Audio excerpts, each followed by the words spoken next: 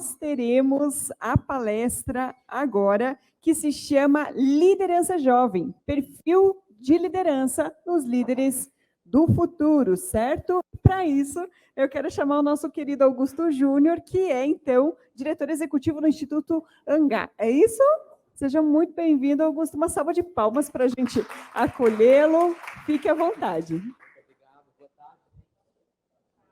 É muito bom estar aqui, poder conversar e discutir sobre esse tema que é tão relevante para os nossos dias, né? Eu gosto de brincar que falar de liderança jovem é falar da entrega do presente e falar da relevância do futuro. A minha organização ela só vai conseguir perenidade se, de fato, eu consigo formar outras gerações de lideranças. Então, a liderança que trouxe até aqui não é a liderança que vai levar ao próximo nível. Como é que a gente pensa e repensa esse novo desafio de liderança? Então, é um pouco sobre essa temática que a gente vai conversar um pouco. Já está ok aí?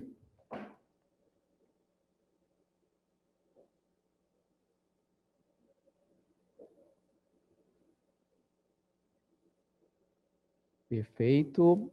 Para começar, eu quero que você, e você em casa também, pense por um minuto. Quais as melhores lideranças que você já trabalhou? Pense em 3 lideranças que te marcaram. Quero que você pense 3 lideranças que te marcaram.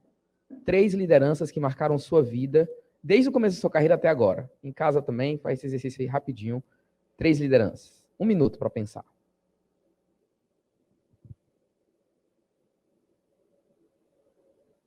Qual foi a liderança e por que ela te marcou?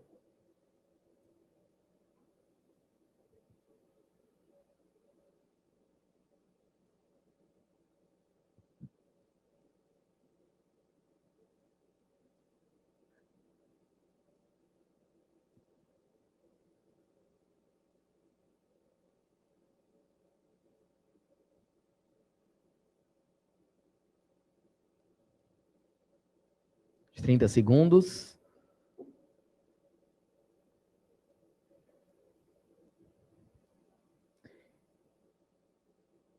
Com base nessas 3 lideranças, eu quero que você agora pense, vou dar mais um minutinho, qual é a sua definição de liderança? Eu não quero a definição da Brené Brown, do Jim Collins, Peter Drucker, da Oprah, da Michelle Obama. Eu quero qual é a sua definição de liderança. Se você fosse colocar um verbete no dicionário definitivo, o que é liderança, qual é a sua definição? Coloque aí rapidinho, um minutinho para você colocar qual é a sua definição de liderança. Não tem certo ou errado, tem sua definição.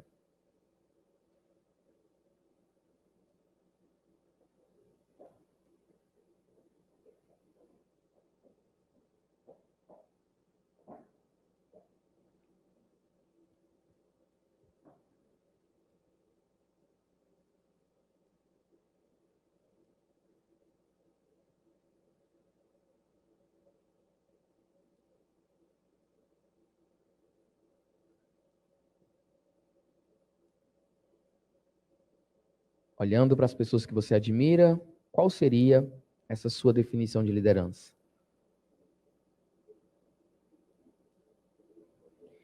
Por que é importante pensar nessa definição?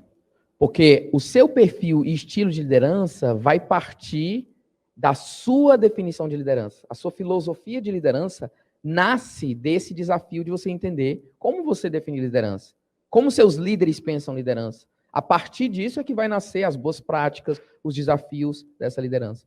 Eu gosto muito da fala da Betânia Tanuri. Ela é professora de negócio e ela tem uma visão privilegiada, porque ela dá aula em escolas de negócios na Europa, Estados Unidos, na Ásia. Então, ela consegue ter uma visão bastante ampla do business e do management global.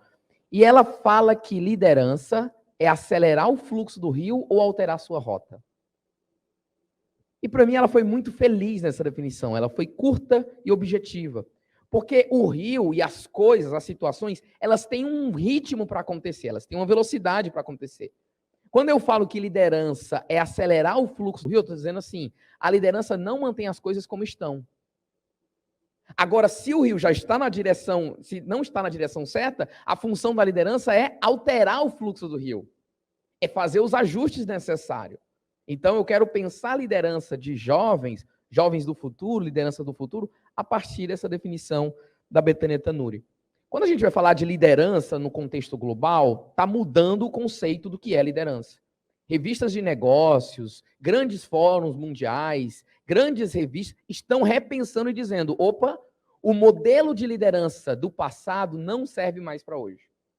O jeito que a gente liderou gerou muito impacto negativo para o planeta, para o mundo, e a gente precisa redefinir o que é liderança. Então, a mudança que a gente tem e que a gente almeja no mundo, ela passa por essa redefinição do que é liderança. Ela passa por uma nova perspectiva do que é a liderança. Em 2019, eu fiz o print dessa imagem do Ansman Ghost. Ele fez uma lista de 20 empresas de tecnologia, e essas empresas de tecnologia têm uma coisa em comum. Quem diz o que é que elas têm em comum?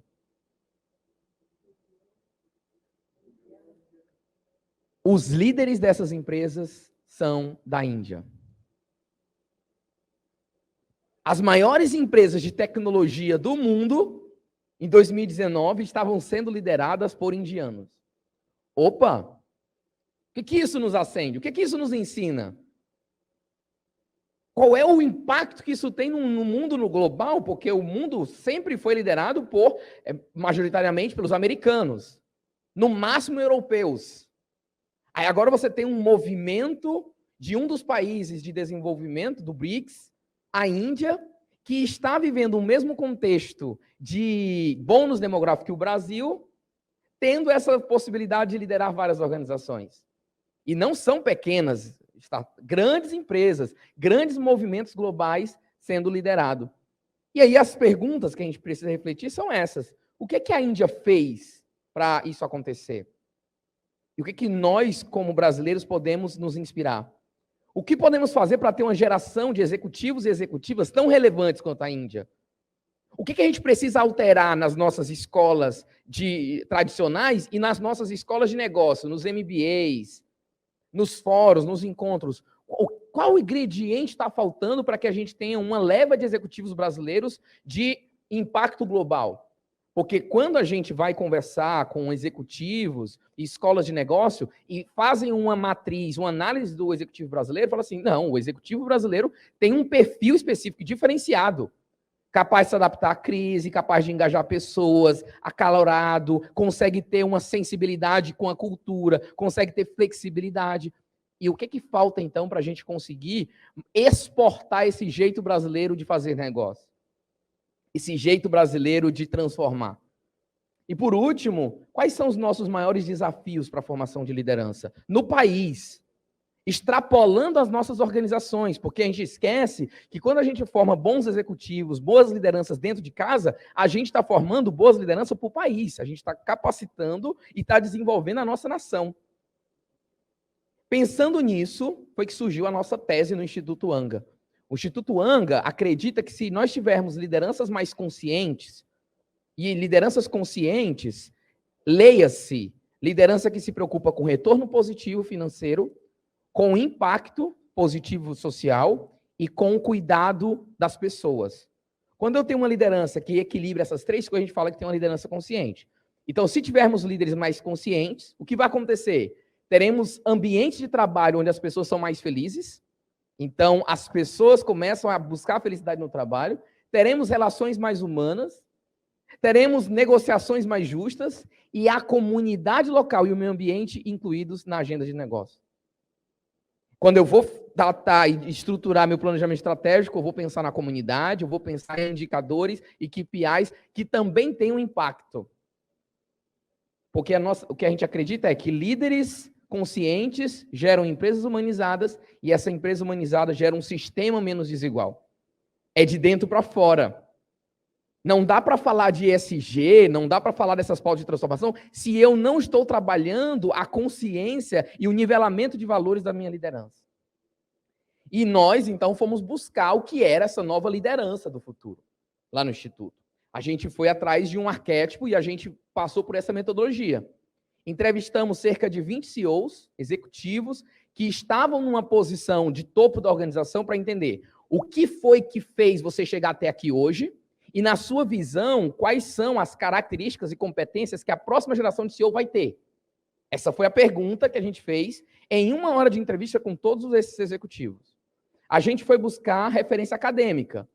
94 artigos sobre negócios, liderança e gestão, para entender nesses artigos quais eram as competências identificadas na academia. Então, eu tenho o empirismo prático dos executivos, eu tenho o conceito e a base teórica da academia, fomos validar com o RH, então, o gestor de pessoas, quem está fazendo a seleção, dizendo, peraí, faz sentido, isso bate com os frames que vocês têm internamente. E, por último, a gente fez um duplo check com o jovem, para entender se, de fato, essas competências conversavam. Aqui tem um detalhamento de como foi essas etapas, mas, basicamente, foi esse ciclo. Aqui estão alguns desses executivos que a gente conversou. Então, a gente buscou executivos brasileiros, de alta relevância, que lideravam grandes organizações. Grandes executivos. A maioria dessas entrevistas, inclusive, a gente tem disponível no YouTube, você procurar lá, você vai encontrar arquétipo de liderança e você vai encontrar a maioria dessas entrevistas, para justamente identificar, entender qual era esse arquétipo, esse gabarito. Quando a gente foi atrás disso, a gente não queria algo fechado, a gente queria um frame aberto para dizer, a gente entende que esse movimento, ele não é estático. Ele é dinâmico, ele vai acontecendo de acordo com as demandas do mundo, porque a liderança sempre vai emergir diante de uma situação da organização. Então, em determinado momento, a minha organização vai demandar um perfil de liderança, mas em outro determinado momento, vai precisar de um novo perfil de liderança.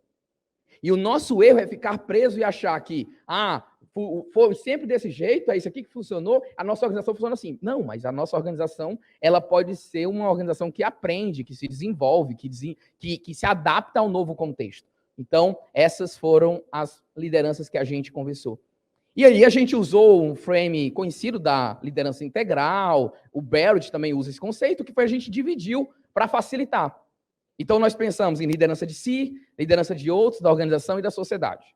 E dentro dessas 4 dimensões, então, a gente chegou nas competências-chave dessas dimensões. Novamente, o nosso interesse não era o jovem ou o futuro jovem, o futuro líder, gabaritar. Não era isso. Era muito mais a gente ter um horizonte utópico de é isso que a gente quer, que a próxima geração de executivos que a gente acredita que pode se tornar global, pode desenvolver.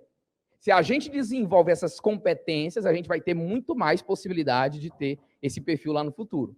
Então, a gente tem a liderança de si. A liderança de si vem com autopercepção, que é a capacidade de olhar para si mesmo no espelho e identificar quais são os meus pontos fortes, meus pontos fracos, os meus comportamentos luz, meus comportamentos sombra, como é que eu estou interagindo. A autopercepção é se olhar no espelho.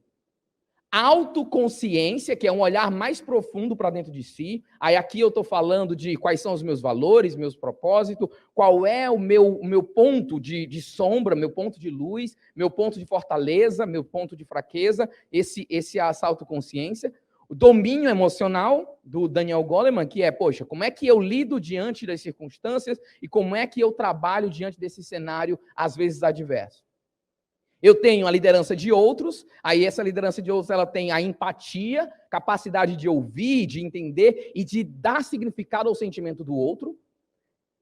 Habilidade social, que é a capacidade de engajamento e mobilização das pessoas, é o quanto eu consigo influenciar as pessoas em direção a um objetivo. E aí, aqui tem um ponto, sem o cargo. Como é que eu consigo fazer esse movimento sem necessariamente ter a chancela? Claro, ajuda você ter o cargo, ajuda você ter a função, mas o nosso pensamento dessa habilidade social é como é que eu consigo comunicar de maneira clara, como é que eu consigo ser assertivo nas diferentes formas de comunicação e engajar as pessoas em direção aos objetivos. E terceiro é a capacidade cognitiva. E a capacidade cognitiva aqui, leia-se a capacidade que cada pessoa tem para identificar um problema e criar soluções criativas para aquele problema. Não é só o QI, é a capacidade cognitiva aplicada ao desafio que está vivendo. Então, quando eu olho para o desafio, como é que eu me movimento, como é que eu me mobilizo em direção a esse desafio. Liderança da organização, então a gente está falando de uma inteligência contextual. O que é essa inteligência contextual? A inteligência contextual é a capacidade de ler o ambiente de uma forma ampla. Eu vou entender como é que está a minha organização, mas eu vou também entender como é que está todo o cenário econômico, político, social. Eu vou fazer uma análise não minúscula, mas mais ampla. Segundo, foco estratégico. Como é que eu consigo priorizar o que é mais relevante para a organização? Jovens talentos reclamam sempre, a gente escuta muito essa demanda, que é assim, eu tenho muita coisa para fazer, o que é que eu vou focar? As horas semanais não dão conta para a gente entregar. E deixa eu falar uma notícia, não vai dar mesmo. Nunca vai dar. Cada vez mais você vai ser engolido por areia movediça do operacional. E aí que está o desafio. Como é que a gente ajuda esses jovens e nós mesmos a termos esse foco estratégico para definir o que é prioridade e o que não é prioridade? E eu consigo fazer uma entrega, porque liderança é gerar valor. Como é que eu gero valor? Em 3 dimensões. No operacional, que tem relação com a minha função em si, para o que eu fui contratado. Então, beleza, eu vou fazer o que eu fui contratado, o que me pediram. Mas sempre vai ter demanda, eu nunca vou estar livre. Não existe isso, não sei se vocês já perceberam. Você vai dizer assim, quando eu estiver mais livre eu vou tocar isso. Não vai estar. Então, você vai ter que encontrar um jeito de se adaptar. Segundo, como é que eu gero valor no tático? O tático eu estou falando, quais são as prioridades da minha área? Como é que eu gero valor para além da minha função? Agora, o terceiro ponto é onde a gente peca, que é, quais são os goals estratégicos da minha empresa? Para onde a empresa está indo e como é que eu me mobilizo para que o que eu faço esteja alinhado com o que a organização está pedindo? Essas são as 2 competências e a terceira é capacidade de entrega. Eu estava conversando esses dias, dando uma mentoria para um jovem gestor, ele está na primeira experiência de liderança, e ele falou assim, Augusto, eu estou há tanto tempo na empresa. E aí eu falei, mano, só tem uma coisa que você precisa corrigir. A unidade de medida da carreira não é tempo, é valor gerado. Já foi-se o tempo onde tempo de casa era critério para você receber promoção. Você não pode olhar dessa forma, porque se eu fico avaliando a pessoa pelo tempo de casa, eu vou desperdiçar o potencial das pessoas que estão chegando. Não é por tempo de casa. A unidade de medida da carreira nesse novo mundo é entrega, é valor gerado, é transformação gerada. Então, a capacidade de uma liderança é avaliada pela capacidade da entrega que ele tem, não individual. Porque quando eu sou sozinho, quando eu não sou líder, a minha avaliação vai ser pelo que eu estou entregando. A partir do momento que eu passo a ser líder, a minha avaliação é pelo que o time está entregando. E aqui tem um erro-chave, porque qual é o nosso primeiro erro? Se eu fiz dessa forma e deu certo, eu quero impor o meu padrão para todo mundo. Só que não rola.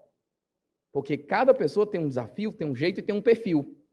E é onde quem está no primeiro desafio de liderança geralmente tropeça. Quarto e último, a liderança na sociedade. E aqui vem um aspecto interessante, porque agora, nesse novo contexto de carreira na era da consciência, não é só o que eu faço para a organização. Não é só pensar no retorno financeiro. É o quanto que o que eu estou fazendo está gerando valor para além da empresa que eu trabalho. As pautas na governança estão sendo de ESG, impacto social, ambiental, governança. Mas a gente precisa começar a levar essa pauta também no meio da organização, no middle management, nos futuros líderes. Como é que no projeto que você está, você traz essa pauta? E aí as competências são pensamento sistêmico. Eu não vou olhar para a minha organização de maneira isolada. Eu vou olhar para a minha organização como um agente dentro do ecossistema. E quando se fala de ecossistema, a melhor forma de analisar um ecossistema é olhando para a natureza, que está tudo interligado. Segunda competência, visão futura. E essa visão futura é muito engraçada. Porque Martin Luther King, olha que louco, a gente está vivendo uma geração que é viciada em tendências. Quais são os relatórios de tendências? Me fala. O que é que está sendo falado lá no SXWS? O que é que... E tudo bem, faz sentido a gente estudar, entender o futuro, é importante, é fundamental entender para onde a gente está indo.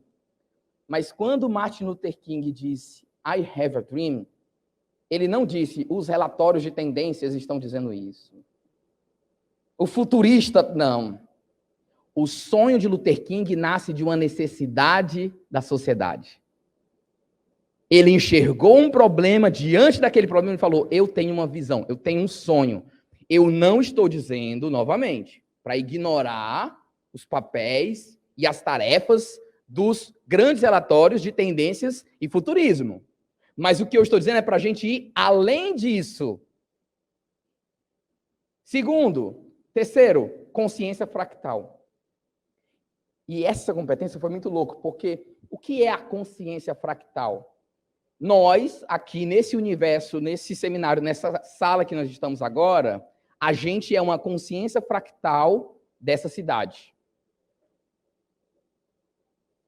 Sendo por representatividade, porque tem pessoas representadas aqui, ou sendo por suposição, porque eu mesmo não tendo a representatividade, eu vou trazer, vou dizer, olha, existe esse cenário, existe isso aqui, e eu vou colocar na mesa esse cenário.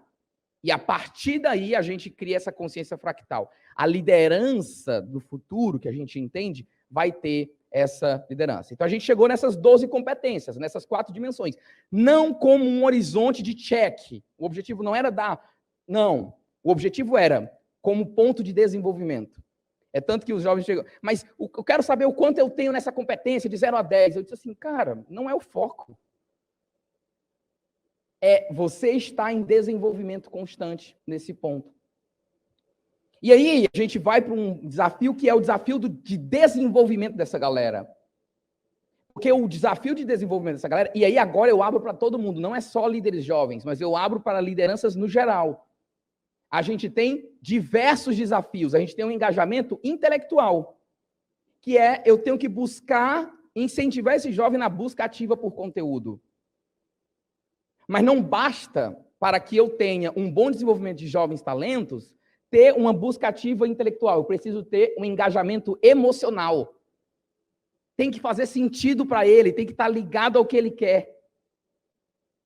Terceiro, eu preciso pensar no engajamento comportamental, porque no final eu preciso transformar o conteúdo em aplicação prática. Hoje a gente tem vários desafios. Quando se fala de lifelong learning, nós temos vários desafios. Primeiro desafio, curadoria de conteúdo. A gente tem muito conteúdo, a gente tem muita amplitude e as pessoas estão morrendo afogadas nesse mar de conteúdo. Porque ela não sabe o que ler. Não dá para acompanhar os livros, os artigos e as tendências de negócio. Não dá tempo. O que eu vou focar? O que eu vou, de fato... Esse é um primeiro desafio. A curadoria. Mas tem um segundo desafio. Quando a gente fala de desenvolvimento humano, pensa numa pirâmide invertida. Aqui em cima você tem informação. Informação é tudo que você tem acesso durante um dia. Essa palestra é informação. O jornal hoje é informação. A corrente do WhatsApp que a sua tia mandou bom dia lá com o gatinho é informação. A live que você assistiu no Instagram é informação. O artigo que você leu, o livro que você está lendo, o curso que você está fazendo, tudo é informação. Quando você consegue categorizar e organizar essa informação, você tem conhecimento. Conhecimento é a informação organizada e aplicada. É quando você consegue explicar para alguém o que você aprendeu. Então, você deixa de ter informação e você passa a ter conhecimento. Eu sei explicar. Então, o que está acontecendo no mundo de hoje? As pessoas têm informação sobre a pandemia e elas querem explicar para as outras o que está acontecendo. As pessoas têm informação sobre a guerra, né? Vê o jornal, vê isso, lê aquilo. Aí ela pega e faz a tese dela e diz assim, olha, gente, o que está acontecendo na Rússia e na Ucrânia é isso aqui. E ela tenta trazer o conhecimento. Mas o grande ponto para o lifelong learning de fato fazer sentido é informação, conhecimento e eu trazer para sabedoria, que é o que eu vou fazer com esse conhecimento. Porque se eu fico na informação e no conhecimento, eu não transformo. Por isso, o engajamento comportamental é tão importante. A partir do aprendizado que novos comportamentos, que novas atitudes, que novo jeito de fazer estão surgindo. Nesse processo, aí eu posso dizer que eu tenho um autodesenvolvimento e um lifelong learning efetivo.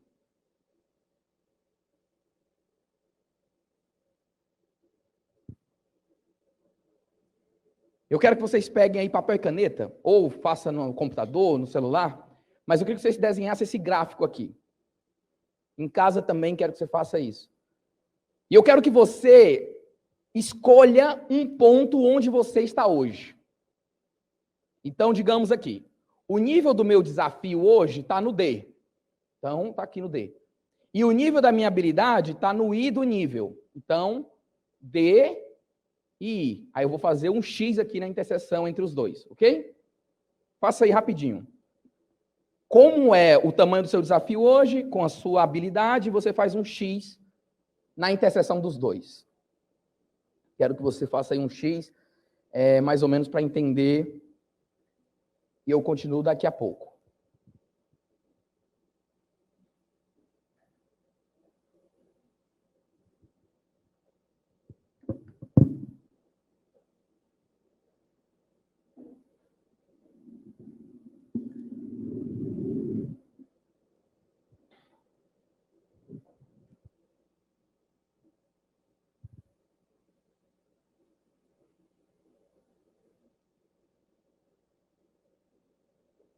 Foi todo mundo?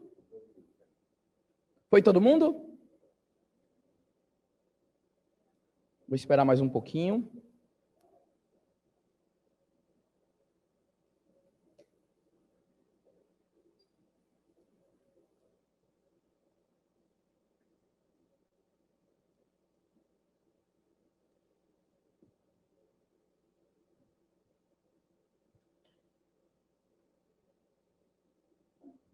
E aí, quando você faz esse exercício, e aí a minha dica é faça com seus liderados, você identifica onde é que essa pessoa está no momento. Você vai definir se a pessoa está no eixo lá de cima, e aí isso está gerando preocupação, ansiedade e empolgação. O que é que isso significa? Significa que o desafio está muito alto e a competência não está suficiente. O que é que eu faço com quem está nesses três eixos aqui? Quem me diz? O que é que eu faço com essa pessoa que está aqui? Eu treino, eu desenvolvo. Eu vou avaliar se o que ela está precisando é de desenvolvimento gerencial, desenvolvimento técnico ou desenvolvimento soft. Eu vou identificar, peraí, qual é a necessidade atual dessa pessoa? Qual é a maior demanda dela? E eu vou ajudá-la nesse processo. E o meu processo de desenvolvimento vai ser como? On the job, eu vou grudar nessa pessoa e vou ajudar no desenvolvimento informal, mas eu também vou sugerir desenvolvimento formal, que foi o que a Carol falou na palestra anterior. Eu vou dar um livro, eu vou dar um artigo, eu vou ajudar, eu vou acompanhar esse crescimento. Claro que tem que ser em mão dupla. A pessoa tem que querer e eu, como líder, também tenho que estar engajado nesse processo. Agora, se a pessoa, se ela está no eixo de baixo, apatia, tédio e relaxamento. Qual é o meu desafio? Qual é o meu ponto? É aumentar o desafio. O desafio está pequeno. E é o que eu mais escuto no dia a dia.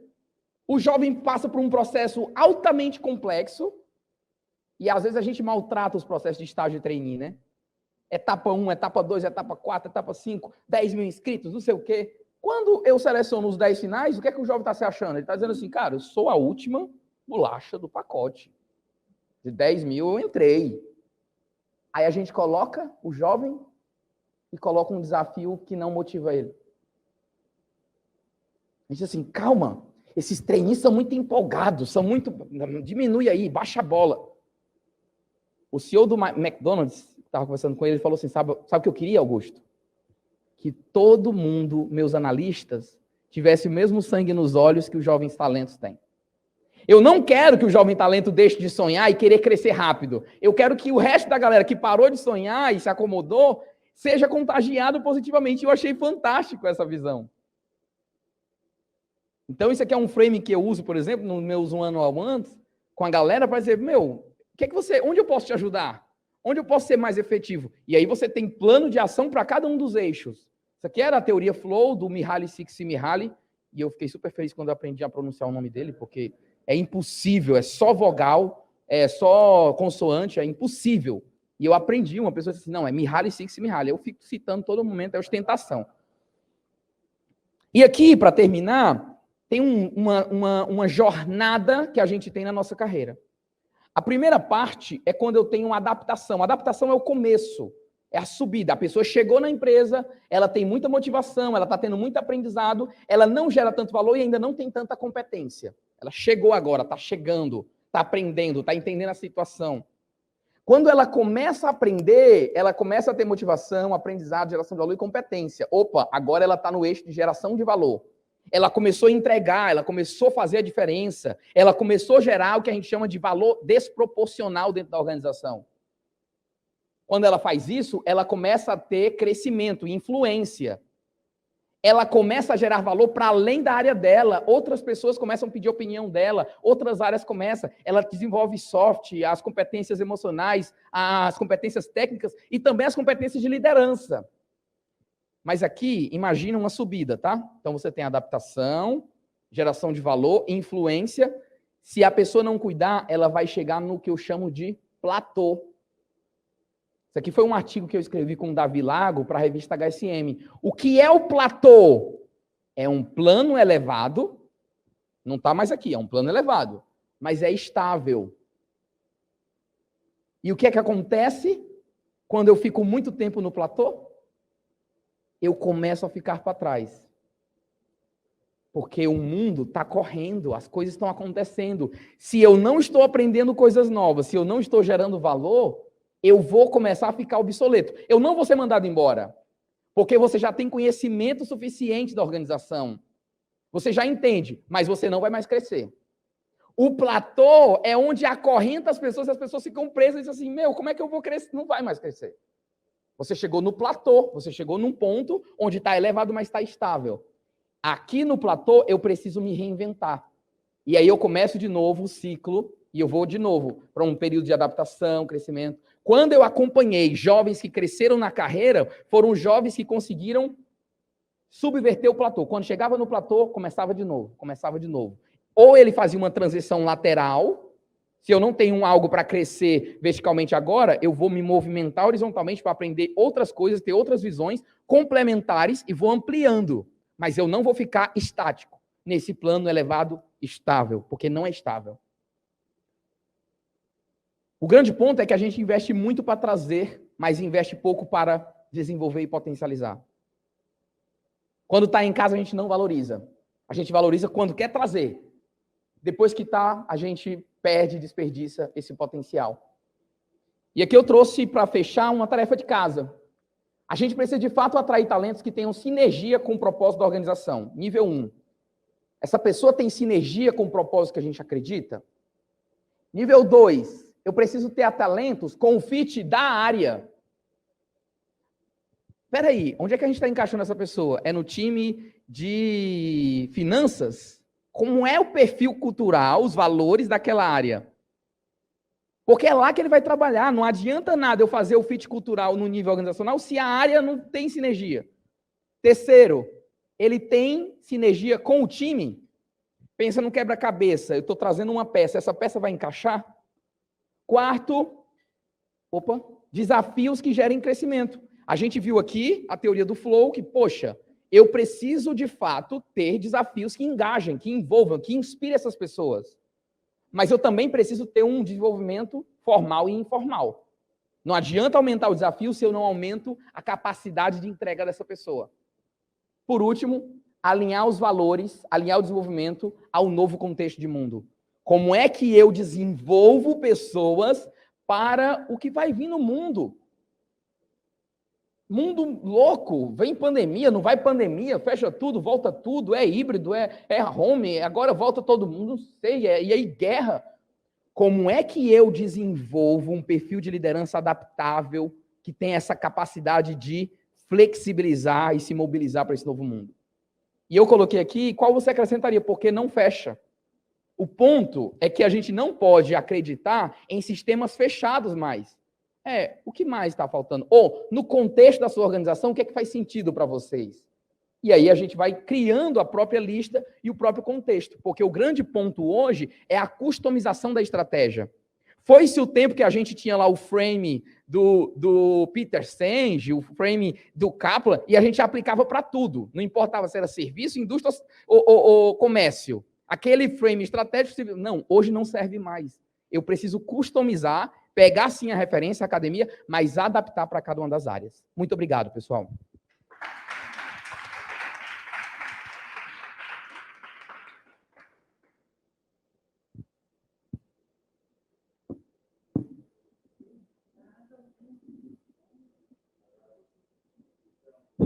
Ele tem um delay. Obrigada, querido Augusto. E perguntinha para você. Você diz assim, olha, existem 4 níveis de liderança, então, sendo que o mais alto nível ali é o líder da sociedade, certo?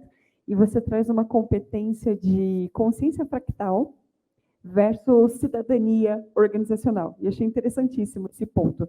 Qual seria a dica para a gente que quer desenvolver nos nossos líderes um pouco mais dessa consciência de Martin Luther King, né? De eu tenho um sonho, eu tenho uma consciência que vai levar a minha organização a ir além dos portões. Qual a sua dica? Fantástico, obrigado. Eu colocaria que o ponto de partida para o desenvolvimento da liderança é a liderança de si. E aí, dentro da liderança de si, você desenvolve essa consciência fractal. Como é que eu desenvolvo essa consciência fractal? Não é fechado em 4 paredes, numa sala, no Itaim Bibi. É indo lá na comunidade, é visitando os guetos, é indo nos bailes punks, é conversando com quem está fora da nossa bolha. Porque o mundo não é só isso aqui.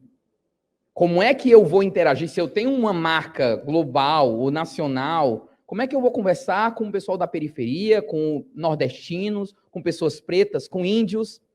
Porque, de fato, a minha marca vai precisar ter essa consciência. E se eu tenho líderes que têm essa sensibilidade cultural de olhar para o que está acontecendo na cultura, para as demandas do mundo, esses líderes vão trazer para casa essa consciência fractal. E aí, na reunião de estratégia, alguém vai falar, e se a gente fizesse um projeto para pessoas com deficiência? Por que não fazer um projeto que alcance pessoas pretas, que alcance mulheres marginalizadas? E aí a gente começa a incluir essa consciência, porque uma pessoa tem essa sensibilidade. Então, eu diria que não é uma receita de bolo, mas seria uma boa provocação para começar. Uau, incrível. Uma salva de palmas para o Augusto. Querido, muito obrigada. Arrasou. E eu quero agradecer você que está em casa. A gente está com um público altíssimo acompanhando essa trilha, então muito obrigada. Continue com a gente, que tem muito mais ainda hoje.